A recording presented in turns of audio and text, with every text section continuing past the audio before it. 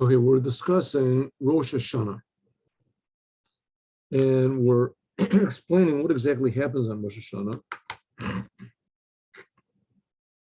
and that's the day that God told the Jews that He wants to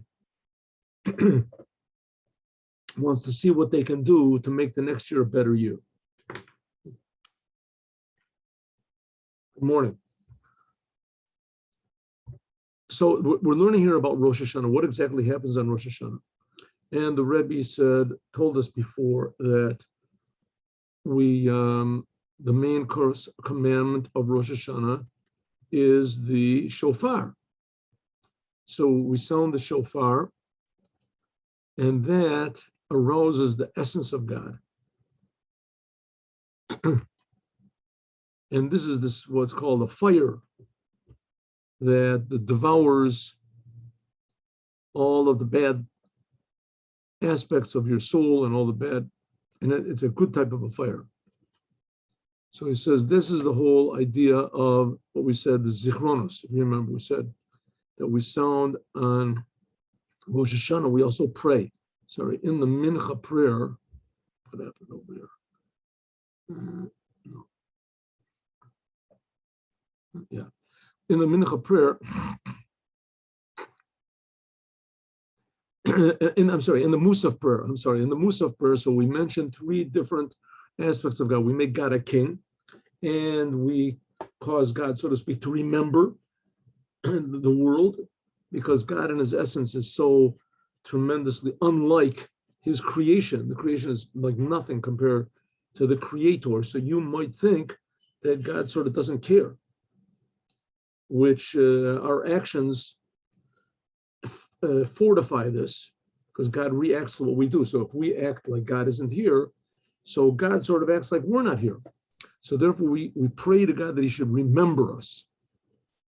And it says, how does this accomplish? By means of the shofar.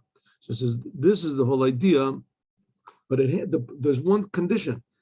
And there has to be what's called tshuva, inner return to the Creator, that inside you really want to come back to your Creator and the reason why you were created and the reason that you're being created all the time. So that comes from what's called the depth of the heart, ma'amakim, the depth of the heart. And we explained, if you remember last time, there's two aspects of God. There's how God fills the world and is relevant to the world. And that's what's called the lower tshuva. And then there's the upper tshuva, which is God is above the whole entire creation, but there's a purpose to the creation. And this purpose to the creation, that's the reason that we are being created. And this is what we get to, higher than the creation itself. So it says that's this ma'amakim, the depth. On this it says, Merachok Hashem nirali. Then this it says that from far away, God appears to me. V'zeu, this is the whole idea of zichronos. This is the idea that we sound the shofar, that God should remember us, so to speak.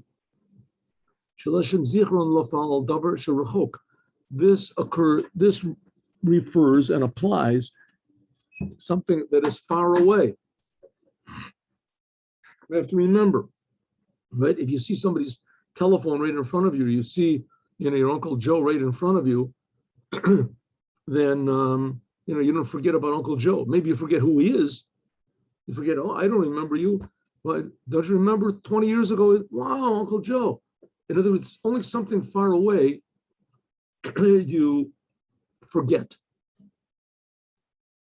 So that's what we're saying to God. Remember us, because of our actions, we've made sort of God turn away. Like we said, we've turned our back on God, so He turns His back on us. So therefore we say, Ata zocher ma'aseh olam.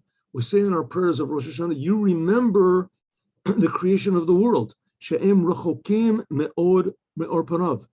Because the creation of the world and the deeds of the world are far away from you, God. Right? People have forgotten about you, so you react in kind. But right, you react accordingly, like a mirror, like reflecting waters. What we Jews are trying to arouse this remembering of love From Pinimius Atzmusa, why did God create the world in the beginning? Why? From his goodness. Just created it from free gift. Says God, Natzmuso Umuhuso.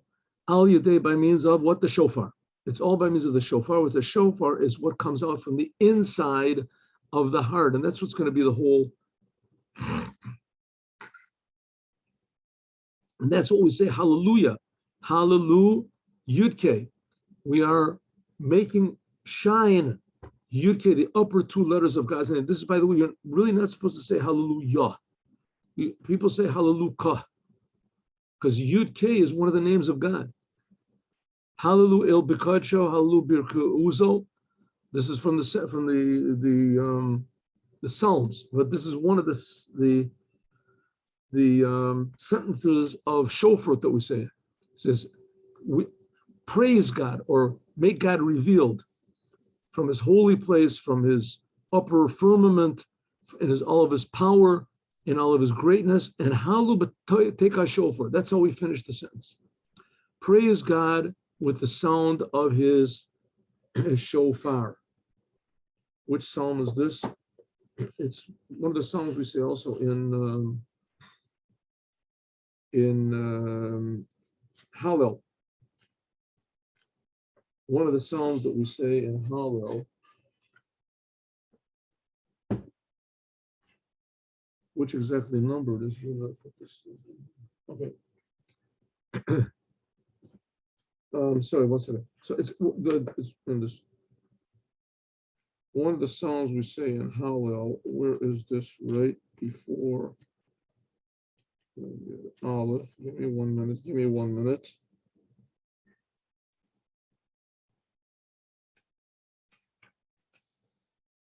All right, I'll have to find it later.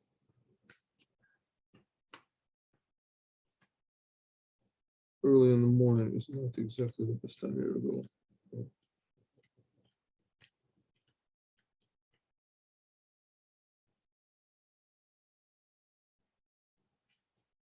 Here we go.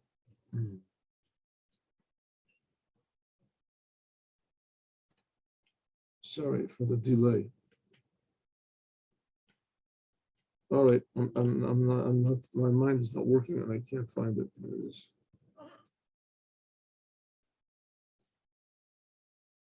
Here.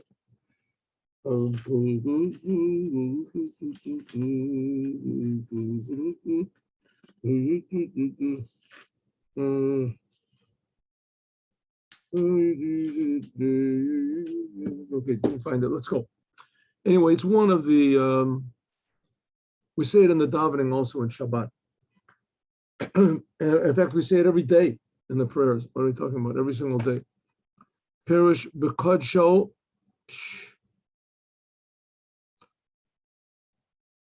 We're sanctifying God mikadsho from his holy place. What does it mean? B'kodesh elyon, from God's upper holiness. Shehu marom b'kadosh muvdal, that God is separated from the worlds alone, from all of these levels. So therefore, we're drawing down God through the shofar. And that's what it means. We're making God a king. That's the malchut. And we're revealing God from this high place. Calls hallelujah. All this is what we're saying is to reveal God. Hallel means to reveal God. Beseika shofar. It's all done through the sounding of the shofar. This is the upper tshuva, the upper return to God, the inside of the heart. Kol pashut, that's the simple sound of the screaming out of the heart in the simple blast of the shofar, the tekiah. Without any division of letters, a simple screaming out of the Jewish heart. That's what arouses the essence of God on Rosh HaShana. Which is not the case. Return to God from the external heart. But this is tzaka bomi bepinis tam. This is crying out to God for some reason. Right? We're crying out to God because the world is not the way it's supposed to be, and we have good reasons to cry out. This is already in speech, letters. Because the power of intellect, the letters come out. That's the letters, but the screaming out of the heart, this comes from the deep depths, inner depths of the heart, and that's the idea of the shofar, and that's the idea of returning the world back to its original cause, the original reason it was created, like the second honeymoon, the third honeymoon. Here we're talking about the 5,782nd honeymoon. We're going back to the original reason why God created the world in the first place. But Hadavar, the thing, 1 minute. Yes.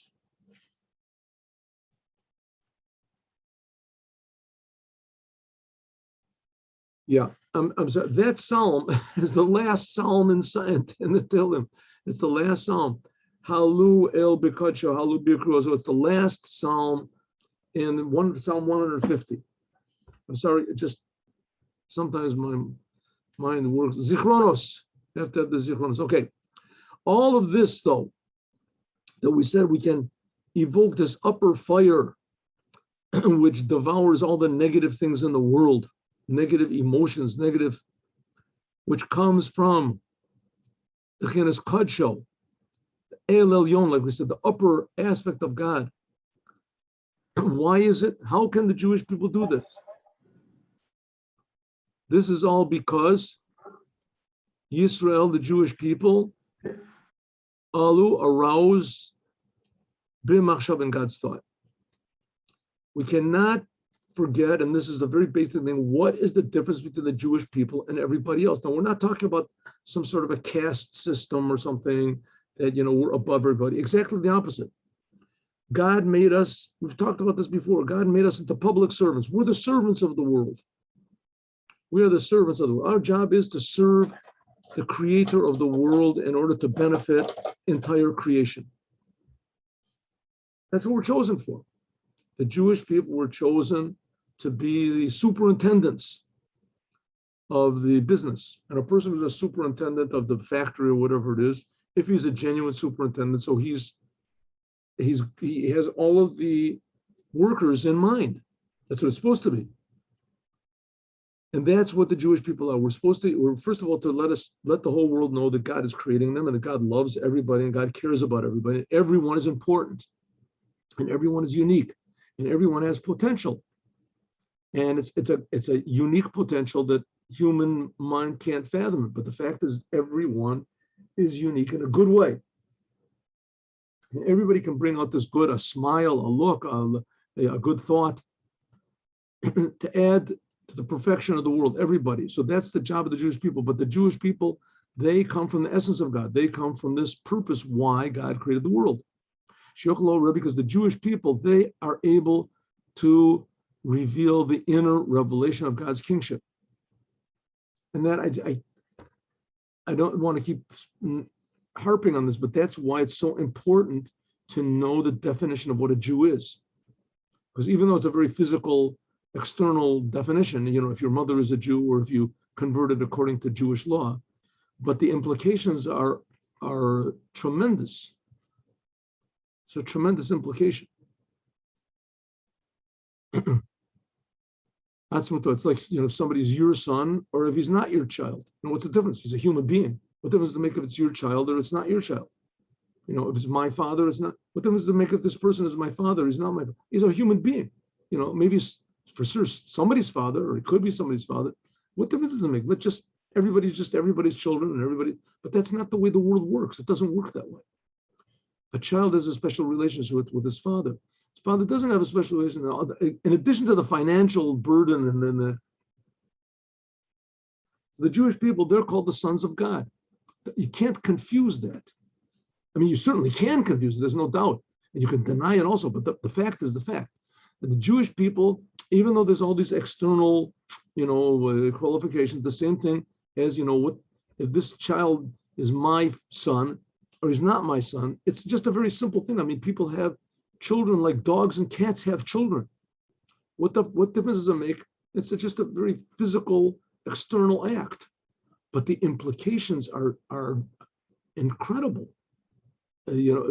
Despite what the psychiatrists say, it's not so. A son and a father have some sort of a deep spiritual connection, regardless of even if the child doesn't know he's his father, right? Even though, so that's the idea that Jewish people and God, they come from the essence of God, even though that the criteria are very external and physical, but the implications, the inner spiritual implications of this are tremendous. So that's why the importance, the Jewish people, they have the ability to arouse the essence of God.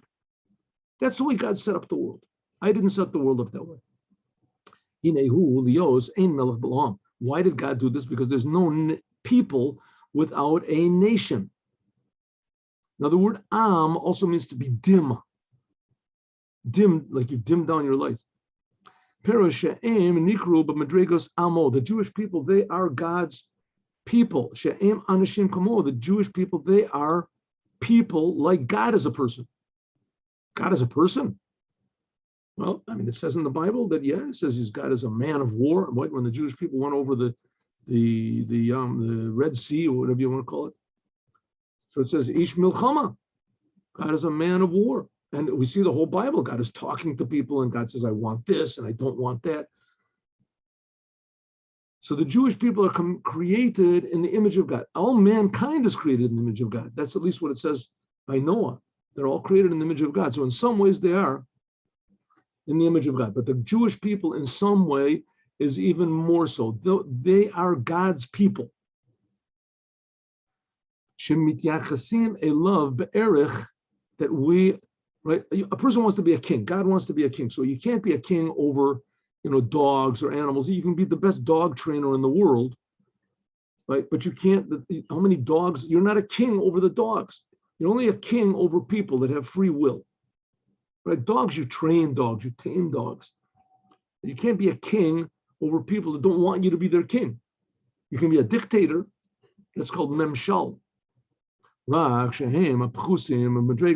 Jewish people, therefore, they are like God. They are God's people. In other words, they are people in the same aspect, in the same way that God is a person.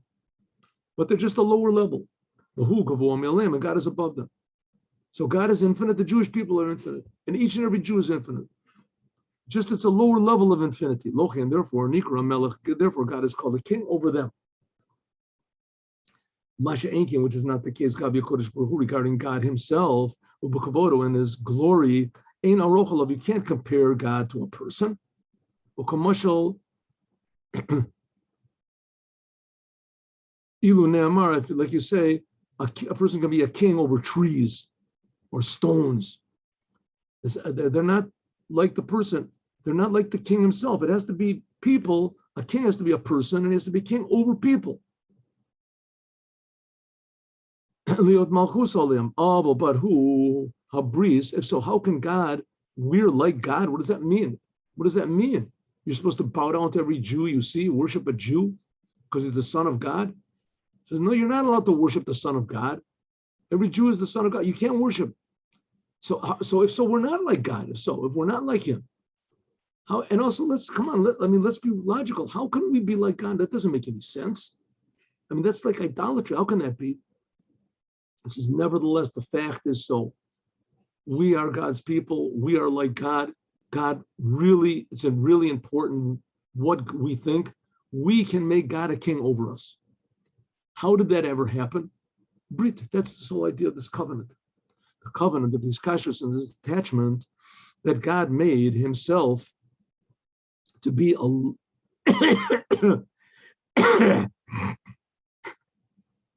to be beloved and a faithful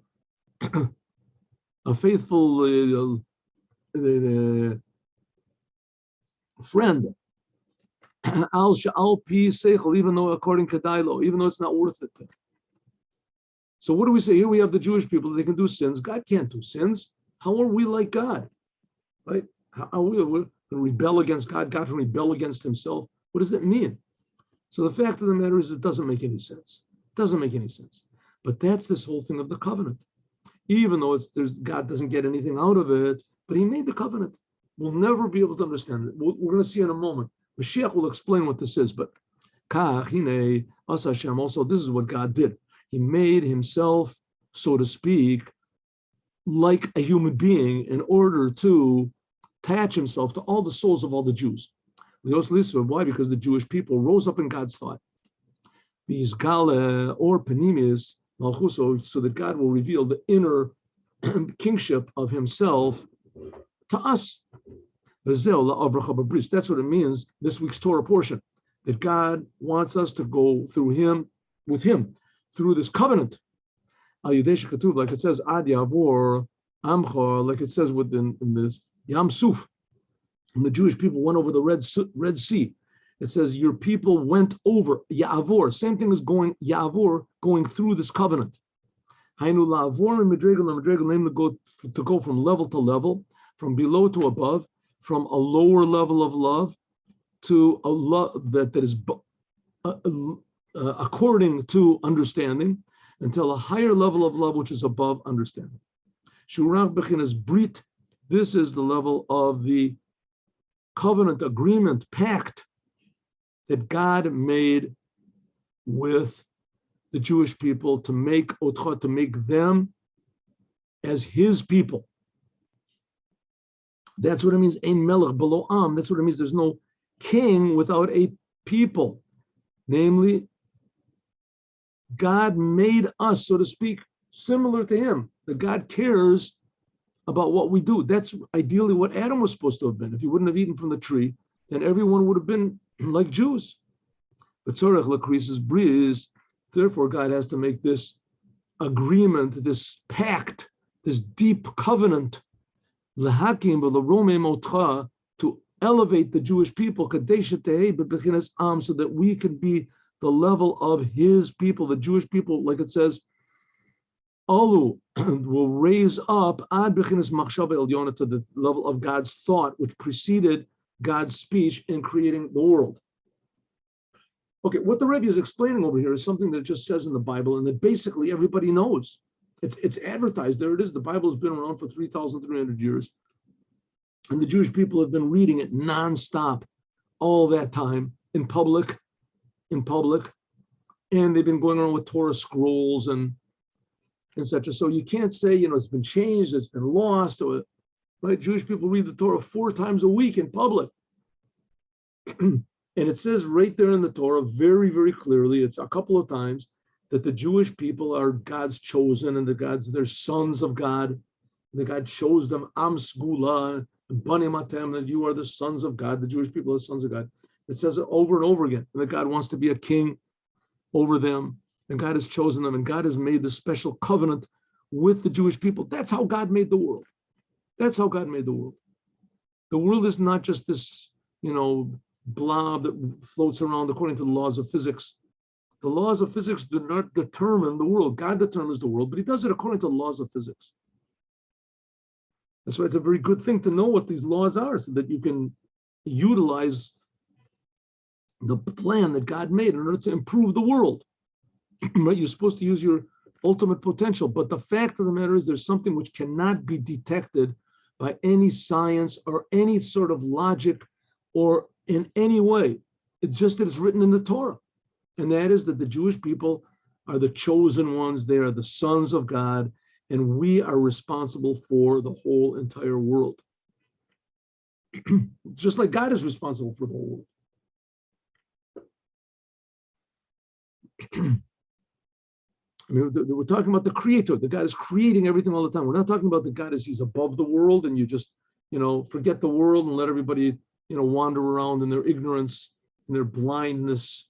No, the purpose of the Jewish people is to improve this physical world, not just to educate people so that they'll go to heaven or they'll be enlightened or that they'll be this. That's very nice. Going to heaven, being enlightened is a wonderful thing, but that's not the purpose.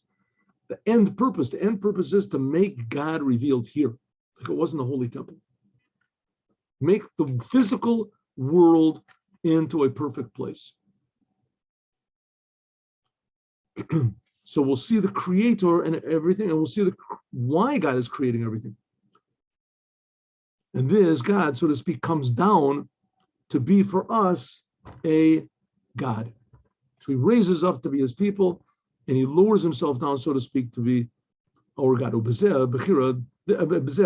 this, God unifies between himself and the Jewish people, which are called his close people, his chosen people, Am Krovo. And this all happens on Rosh HaShana, etc., etc., etc., etc., etc. Look in the Zohar. That's what it means. Say before me sentences of kingship. Kingship, that you to make me rule over you. So that we can draw down God's inner kingship. God's kingship is the inner reason why he created the world. So that our memory will come in front of God for good, that he will remember this covenant, this pact that he made with the Jewish people. And this is like the plug that plugs the whole world, and the world will be a good place. The Jewish people rose up in God's thought. And also, even though Hagam, also now, God, so to speak, is very far from us because of our sins and our things, nevertheless, by means of our arousal from below on Rosh Hashanah, and how do we do it? By the shofar, namely the inside of the heart, like we said before, the screaming of the inside of the heart. This will arouse God's inner will to make the world a better place. This sounds a little bit fantastic, but if you think about it, I mean, everybody is striving for this, right? Like I said, we said this before, but there was this, just a few years ago, there was this thing called communism. Communism, it was all over. I mean, I guess there's a certain degree in China and a certain degree that tried to make it in Israel. And what did they promise? That the world is going to be a good place. People will have their needs provided for, and everyone will have work. Everyone, you'll work according to your ability, you'll receive according to your needs. This fired up everybody's imagination. There's not going to be more classes, and the rich won't oppress the poor, and the proletariat will be the rulers. All these wonderful, ideas of equality and brotherhood and love and friendship and plenty. And these are things that people want. This is what the world is supposed to be. So the Rebbe is saying the only way this is going to be is if the Creator is revealed in the creation. That's the only way it's going to happen. To show that what was the big problem with communism? Communism was that it pushed down people's individuality, right? Some people are supposed to be rich. Some people are supposed to be poor. The rich people are supposed to give charity to the poor people. That's the way it's supposed to be. You can't just put everybody into a mold and force people to do right for the good of the state. You have to let God do something. So let individuality come out. The more things that you let God do, the more individuality that you give, then the more potential can be revealed. Well, that's supposed to be that's why God created everybody differently, and everybody has different potential. When God is revealed, and that's what we're praying for in Rosh Hashanah, all this potential will come out. How do we make God rule? It depends on the Jews. The Jews have to do it. When the Jews reveal the essence of God in the world, then the world becomes a perfect place, and everybody sees that God is revealed here. That's the whole story of the Bible. God wants to be here. Right? God didn't create the first man so they should go to heaven. He was in heaven before he was created. Don't create him at all.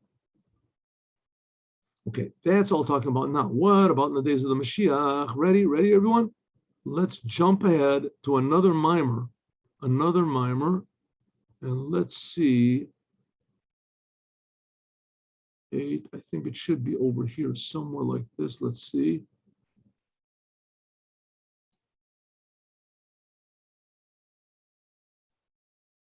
A little bit more.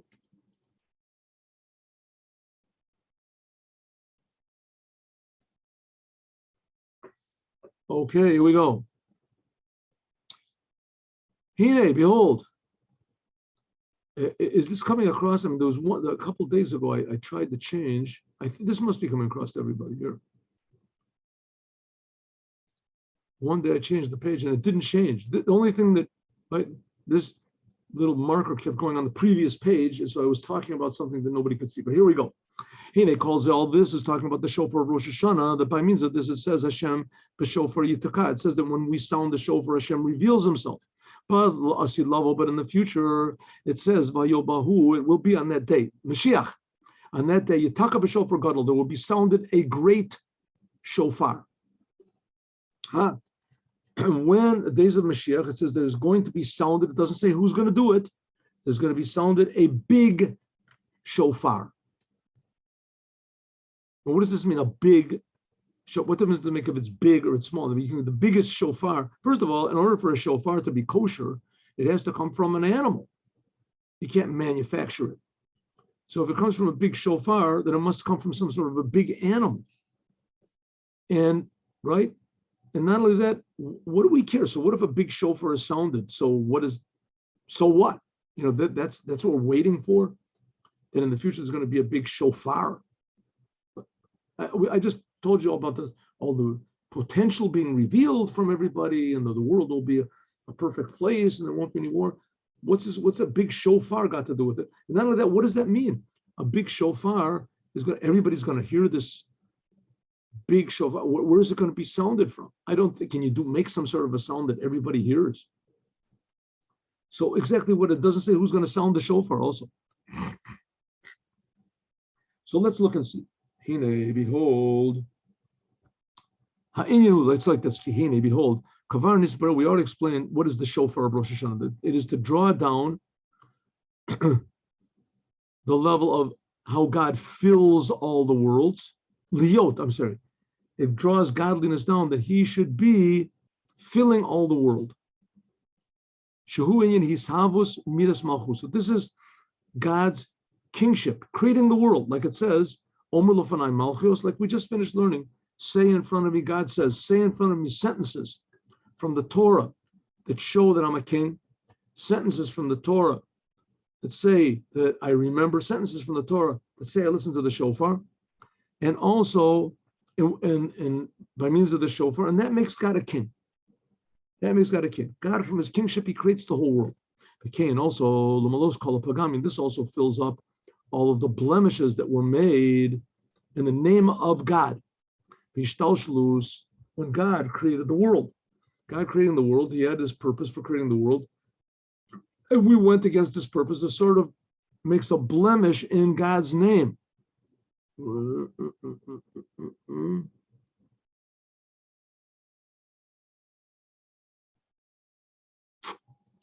What does it mean that we're made in God's name? This is what's called Kabbalistically. The name of God is Yud, and then Hey, and then Vav, and Hey. This represents the 10 sfirot of God. Yud is Chachma. This is what's called Yud is Chachma, Hey is Bina. This draws down from the level of Sovev Chomer, how God, so to speak, is above the world. That's what we said. That God, we have to make zichronos to make God be relevant to the world again. This is the upper will of God. By means of this, whom Amali, God fills all of the blemishes that were made, and this is the whole thing of the shofar. That's in the regular year. Although this is called the shofar stam. This is a regular shofar. Even though the shofar that we sound now, it arouses, so to speak, the essence of God, because that's how God decided it. That's how God set up the rules. That the Jewish people are His chosen people. He made a covenant with us. And that when we sound the shofar, it arouses God's goodness and God's love from His essence. That's now. But in the future, it's going to be different. We're going to see. Inyan, Kihine, Gam, also this level of Sovev Chomer. How can in the future be better than that?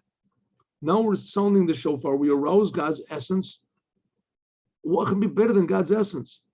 So because this aspect of God's essence is called how God surrounds the world. That God defies all definition. World is definition. We can't call God spiritual. Certainly God is not physical. We can't say that God exists in any way that we understand existence. God creates all existence. He creates time, he creates, so there's no defined term that we can use to describe what God is. That's called Sovev Kalmi. God existed before the world, before the spirit, even though this is the level of Sovev Kalmi. God surrounds the world that we evoke now by sounding the shofar, even though this is a level that cannot be relevant to any of the worlds until we sound the shofar. This is the aspect of God that says he never changes. He calls in, nevertheless, since it's called Sovev Umakev Lomin, because the name of this aspect of God is that he surrounds the worlds. So if so, it means that somehow or other, this aspect of God that's above the world and above definition, but somehow or other, it is in the category of world and definition.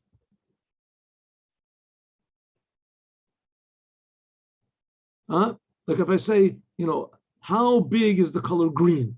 So that's ridiculous. The color green is not in the category of big. Not big. If you say, how big is infinity? So this is already in the category. So, infinity is not a number. No matter what number is, it's bigger. But infinity means it's in the category, at least, of somehow or other mathematics. It's just above it. Right? It's just above it. Okay. God, when we say that God is infinite, Sovev Kalmin, that he surrounds all definition, it means that he's not defined, but he's in the category of definition to the level that he can't be defined, right? But at least it's not like, green and mathematics. The color green is not, maybe you could say it is, it's a certain vibration of light. So that's where it breaks down. But God, on the other hand, is totally infinite. He's not relevant to being, but nevertheless, that we say is not relevant to the world. It means that somehow or other, it is sort of in the category of world. It just, we're saying that it's higher than that. Well, come on, there are much, for instance, the heavens and the earth. The heavens, they surround the earth and all that's on it, or spiritual and physical. Let's take even better. Spiritual and physical. The spiritual worlds are infinitely greater than the physical world. The spiritual worlds, we say it's not in the category of physical, but if you say it's not in the category, it means that that's sort of a way of defining what spiritual is. And tell me that we'd like the heavens surround the world, the physical world, even though that the heavens are infinitely greater than the world. You can't imagine how the end of the heavens are. I guess Einstein had this theory that everything goes back on itself or something like that. But nevertheless, you can't. The earth, we say our physical earth is just like a little tiny atom in this infinite space. Nevertheless, there is some sort of a comparison one to the other until we can say that the heavens have some sort of a limit. Why? Kavan, since Shehem, that they are Makivim, they surround the earth. Nevertheless, the heavens are higher than the earth. Similar, we can say also, this that we're talking about, that God surrounds all existence. That God surrounds all existence. That's that he surrounds, and then there's Mamalikom, and that's what we call existence, how God fills the world, and God is above that. So this is what we evoke on Rosh HaShana. This Sovev Ka'omim, even though the Sovev Ka'omim, this aspect of God that surrounds the world, is infinite in regarding the world. Liod Mamalikomim, that the world, even though we say that God surrounds the world, he's infinitely greater than even the spiritual. But Lokamo Gashmis, not like the heavens that surround the earth. Nevertheless, since that God is in a category, and we say that God existed before the world, so somehow or other we're relating him to the world. He enlivens the world. He surrounds the world. So at least he's sort of like in the category of world, but the essence of God, moved al-Lagamri, is totally removed from this level of worlds at all. Afilamios meir, even to shine on the level of Soviv, even to be Soviv Kolmim. And this is what's going to be revealed by the shofar. It's going to be sounded in the future. In the days of the Mashiach. It's going to be God that's going to, Kihine, behold, Kasiv, it is written, Hallelujah, Karov Gudlo. This is the psalm I just told you, the last psalm of the book of Psalms. Reveal God in his great greatness. There's a lot of levels of God's greatness, each one above the other. Ein kates v'tachlit. If you read in the books of Kabbalah, so it says that the spiritual worlds that we're talking about, that's like the world of Bria and Yetzirah. Then there's like the revelation of God itself. That's the world of Atzilut. But that's only a revelation of God. Above Atzilut is what's called below this contraction, the tzimtzum.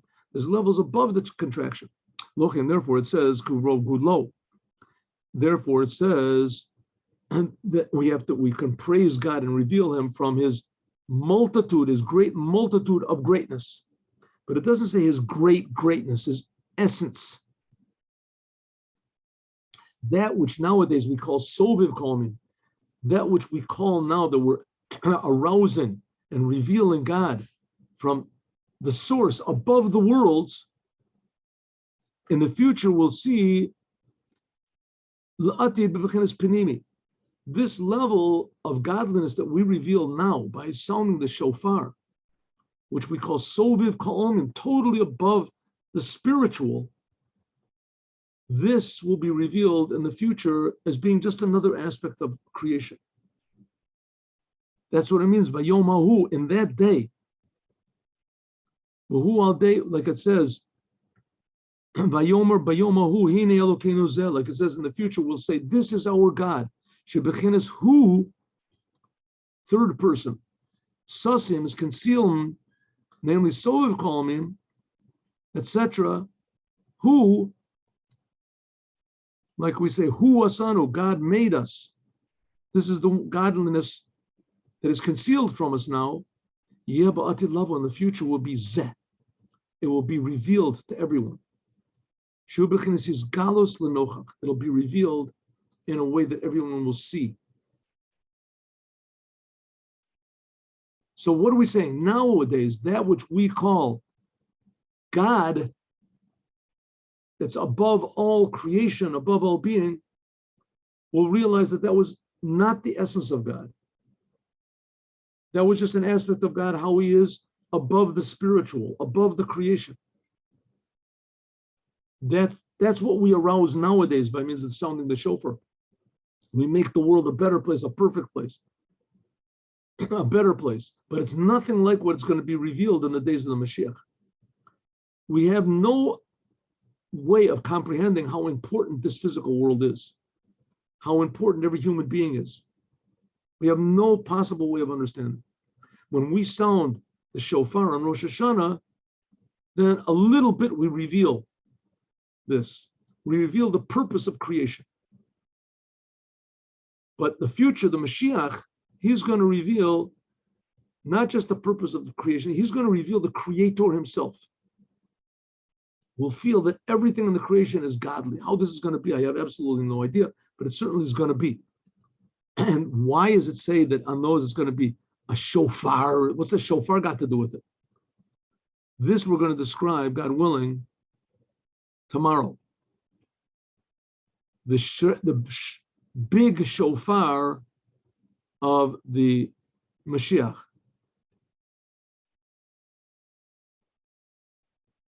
How this is going to reveal the essence of God. So, I mean, God is creating us, and he's creating us for a purpose. We don't realize who we are. We don't realize what God is. We have this sort of vague idea. So that's why it says that in the future, when God is revealed, all of these other religions, they'll just, gladly say, hey, okay, what we did is like a spare tire, it worked in the time of exile. We had this thing, but now we realize that the whole thing, it was a big mistake. It was a big mistake. It was good, temporary, it was nice. in the time of exile, everybody had something to keep them, in the proper direction. But when the essence of God is revealed, it's going to be a totally different world. Meanwhile, nowadays, we have to make the most of every moment. And that's the idea of Rosh HaShana, the beginning of time. Every instant, Shana means time. Every instant is infinitely more meaningful in a way that we can never comprehend. It's above comprehension, but it's true. And that's the idea of Rosh Hashanah now. But in the future, it's going to be a really big Rosh Hashanah. The shofar is going to be sounded. A big shofar. Why shofar? We're going to talk about that tomorrow, God willing. Now let's go to learn the Sikha of the Rebbe.